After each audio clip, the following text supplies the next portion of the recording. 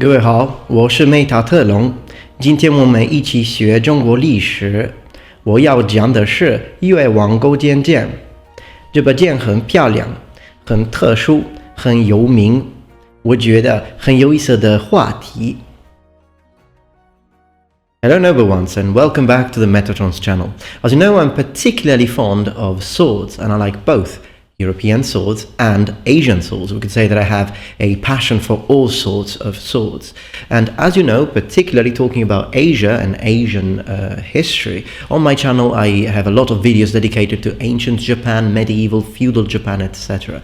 But today I'd like to bring to your attention a very special ancient Chinese weapon, the sword of Goujian.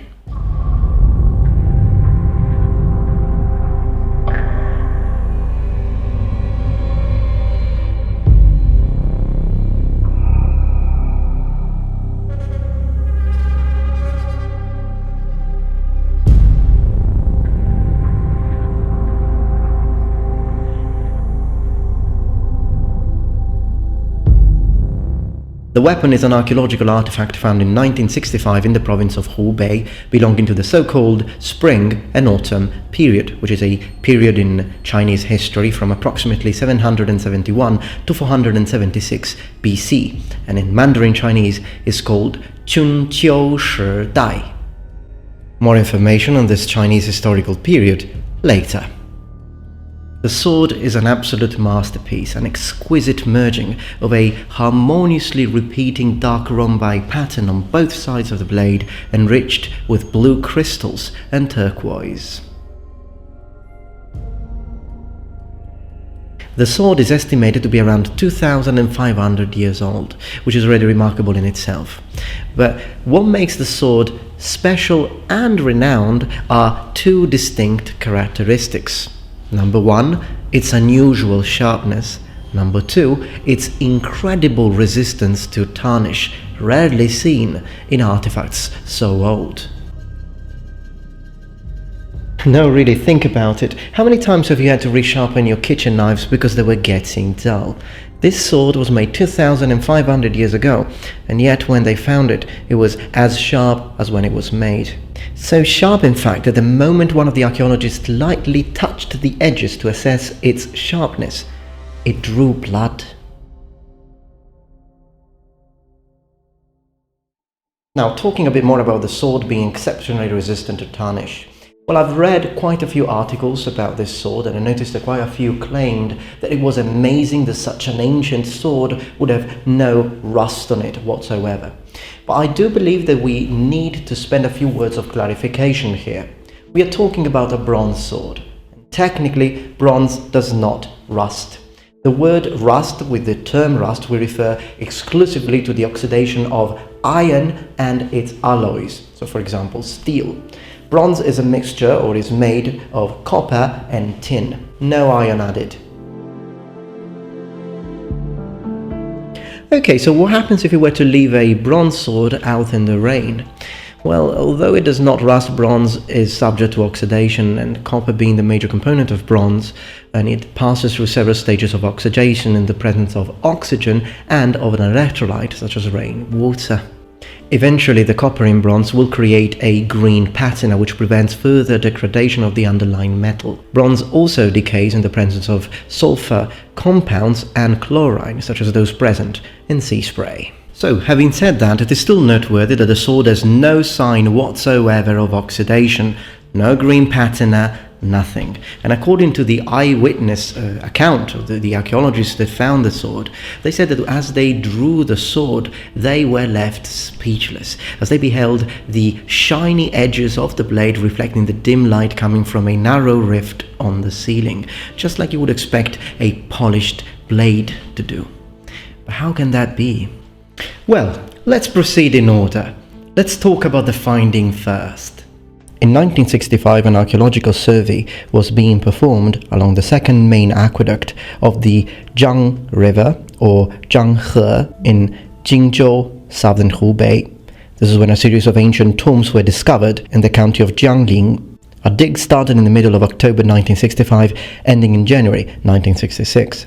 eventually revealing more than 50 ancient tombs of the state of Chu. Inside these tombs, more than 2,000 artifacts were unearthed, including an ornate bronze sword, found inside a casket together with a human skeleton. The casket was discovered in December 1965, near the ruins of the ancient capital of Chu. So can the exceptional state of preservation of the sword be the result of a very good burying location? Well, actually the situation was quite opposite, as the tomb was being soaked in underground water for over 2,000 years. So, most likely, the pristine conditions of the sword are to be attributed to two main factors. The sword was found sheathed in a wooden scabbard finished with black lacquer. The scabbard had an almost airtight fit with the sword body. Chemical composition. The sword of Goujian still has a sharp blade and shows no sign of tarnish. To understand why, scientists at Fudan University used modern equipment to determine the chemical composition of the sword, as shown in the table below. The blade is mainly made of copper, making it more pliant and less likely to shatter. The edges have more tin content, making them harder and more capable of keeping a sharper edge. The sulfur decreases the overall chances of tarnish in the patterns.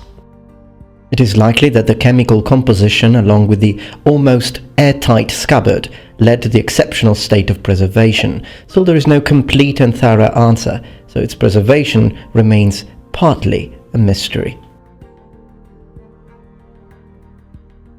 The sword of Goujian is 55.6 centimeters in length, which is 21.9 inches. The hilt is 8.4 centimeters or 3.3 inches. The blade is 4.6 centimeters wide or 1.8 inches at its base. The sword weighs 875 grams. In addition to that, the grip of the sword is bound by silk, with the pommel being composed of 11 concentric circles. It is possible to see two columns of text on one side of the blade. 8 characters to be specific, written in an ancient script. This ancient script is now known as the bird-worm seal script, literally birds and worms characters, because of the intricate decorations of the defining strokes, a variant of seal script. The seal script, which in Chinese is called Zhuan Shu, is an ancient style of writing Chinese characters that was common throughout the latter half of the first millennium BC. It evolved organically out of the script of the Zhou Chao or the Zhou dynasty. The Qin dynasty or Qin Chao had its own variant, which eventually became the standard and was adopted as the formal script for all of China. Nevertheless, the Zhuan Shu was still widely used for decorative engravings and seals, even all the way through to the Han Chao or the Han dynasty. The literal translation for the Chinese name of the seal script, the Zhuan Shu, is decorative engraving script. Initial analysis of the text deciphered 6 of the characters. Yue Wang, king of Yue, and made this sword for his personal use. 自作用剑. Thing is, though, the remaining 2 characters were assumed to be the name of the particular king of Yue, the owner of the sword. Now, this is all impressive, but the thing is that from the sword's origin in 510 BC to its demise at the hands of the Chu in 334 BC, 9 kings ruled Yue. Whose sword was it? The identity of the king in the sword inscription sparkled debate among archaeologists and Chinese language scholars. The discussion was carried out mostly via letter and involved famous scholars.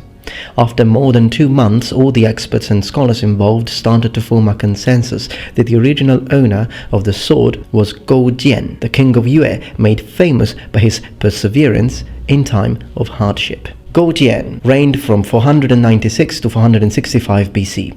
He was the king of the kingdom of Yue, near the end of the spring and autumn period. Now his reign coincided with, arguably, the last major conflict of the spring and autumn period, the struggle between Wu and Yue, wherein he eventually led his state to victory, annexing the rival. King Goujian's army was known for scaring its enemies before battle, because its front line consisted of criminals sentenced to death who committed suicide by decapitating themselves. Whilst ruling his kingdom, Goujian never relished kingly riches, but instead ate food suited for peasants, as well as forcing himself to taste bile, in order to remember his humiliations while serving under the state of Wu. There is a Chinese idiom that actually incorporates part of the experience of this king. The second part of this idiom says, 我心长胆, sleeping on sticks and tasting gold, refers to Goujian's perseverance. After 10 years of economic and political reforms, the last phase of the war began, by which time the state of Yue had come a long way from its previous defeat. 10 years of reforms, the state is rich, the warriors well rewarded, the soldiers charge in the face of arrows like thirsty men heading for drink. Now, we said that the spring and autumn period was from 771 to 476, according at least to some authorities.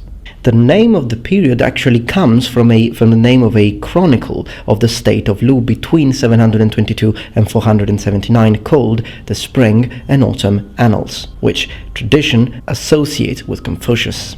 During this period, the Zhou royal authority over the various feudal states started to decline, and more dukes and marquises obtained de facto regional autonomy. So in a way, they were defying the king's court. This is when many of these dukes or these warlords started to declare and wage war among themselves. As a matter of fact, at the end of the spring and autumn period, we have the beginning of the warring states period.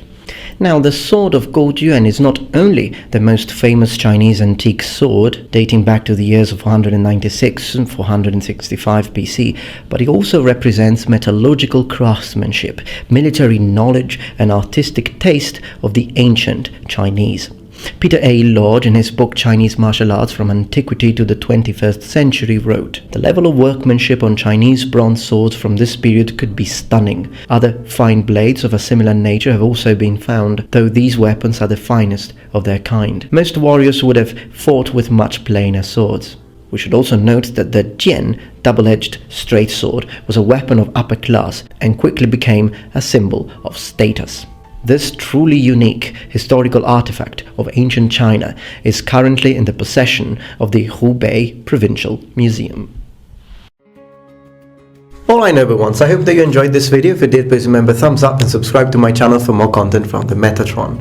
Soon, more content on the samurai, Chinese armor, Japanese weapons and armor, you name it. So stay tuned, and remember, the Metatron has spread his wings. Goodbye.